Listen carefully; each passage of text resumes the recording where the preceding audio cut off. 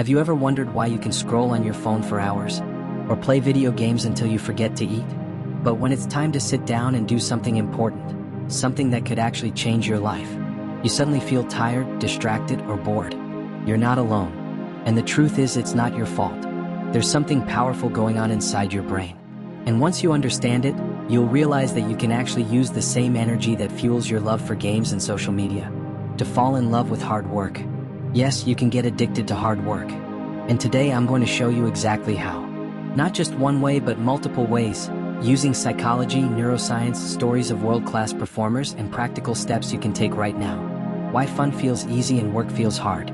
Let's begin with something surprising. Did you know that professional gamers can burn thousands of calories during a tournament? Their heart rates spike just like elite athletes. They're sweating, their minds are racing, their focus is razor sharp.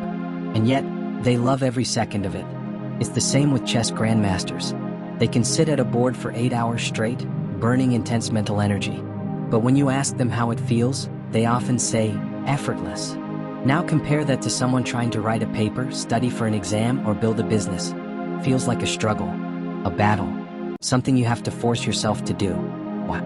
The answer lies in how the brain handles stimulation and reward. Inside your brain, there's a chemical called dopamine. This is your motivation fuel. It makes you want to act, chase, and pursue rewards. When you scroll through TikTok or play a video game, your brain releases dopamine. This makes those activities feel fun and engaging, even if they're draining your energy. The problem is, the brain doesn't care if the reward is useful or not. It just wants what feels good.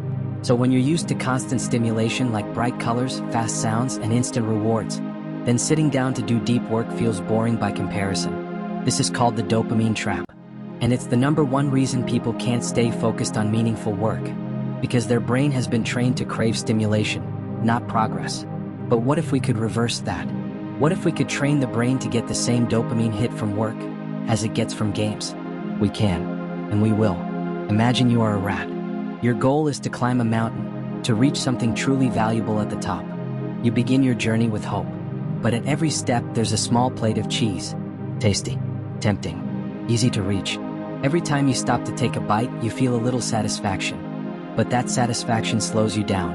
It distracts you. And before long, you forget why you were climbing the mountain in the first place. This is exactly what happens to us in real life. The cheese is your phone. The mountain is your dream. And the reason we don't reach our dreams isn't lack of talent. It's because we keep trading long-term goals for short-term pleasure. The hidden cost of distraction. Let's talk about science. In one experiment, researchers took 2 people and gave them the exact same task to complete. One of them worked in silence, no distractions. The other was interrupted and forced to switch between tasks, even briefly. Here is the result. The second person took 4 times longer to finish. That's the power of distraction. Even short switches kill your flow. They drain your energy and destroy momentum. This is why you can sit at your desk for 3 hours and get nothing done. But someone else finishes the same task in 30 minutes, with laser focus. The first step to getting addicted to work is this. Eliminate all blockers. You can't fight a war when your army is starving and surrounded by enemies. You need a clean path, a focused environment, a battlefield without cheese. Now understand the different types of motivation. 1. Extrinsic motivation is when you're chasing a reward, money, a prize, recognition. Most people operate on this level. They want the outcome, but they hate the process. 2. Intrinsic motivation is something else. It's when you enjoy the process itself. Like listening to a song, not to finish it, but to feel it. And this is the key difference between those who grind and those who thrive. Gamers, athletes, artists, they get into flow because they enjoy the doing, not just the winning. So here's a shift you can make.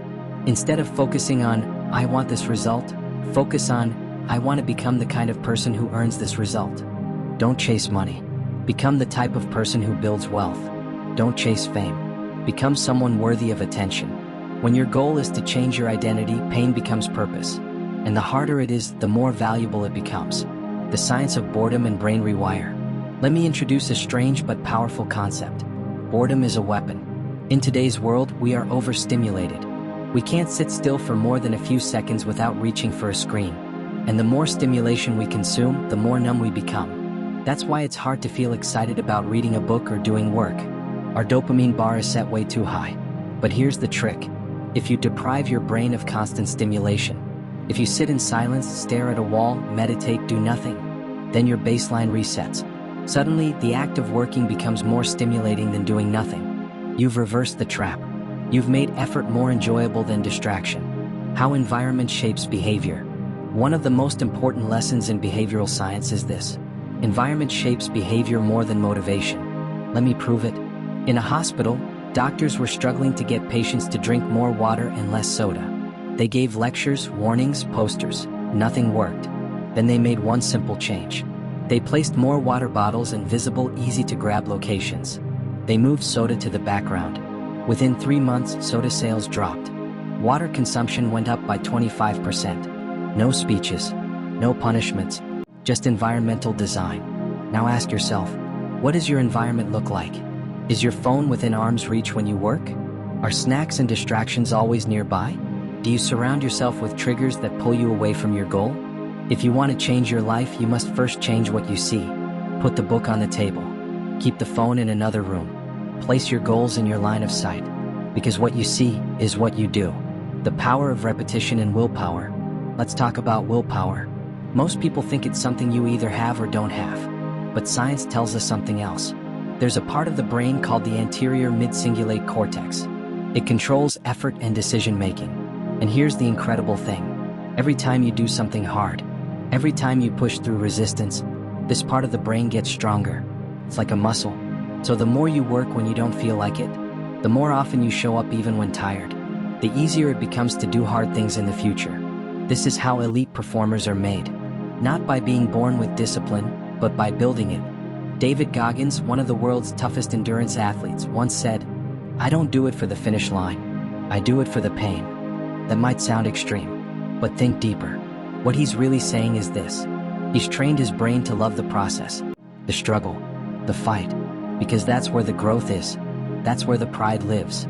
That's where meaning is found. You don't need to become a Navy SEAL. You don't need to run ultramarathons, but you do need to fall in love with the pursuit, the daily effort, the small wins, the quiet discipline. That's the path to greatness. Hard work is not easy. It's not always fun, and it certainly won't always be comfortable. But once you learn to love the pursuit, once you reset your brain, once you build the right environment and cut the distractions, you can turn pain into passion. You can turn discipline into joy. You can become addicted to hard work, not because you have to, but because you want to. Not to prove anything to others, but to become the kind of person you were meant to be. Start today. 1 hour, one task, one decision at a time. So, you won't need motivation anymore. You'll be addicted to greatness.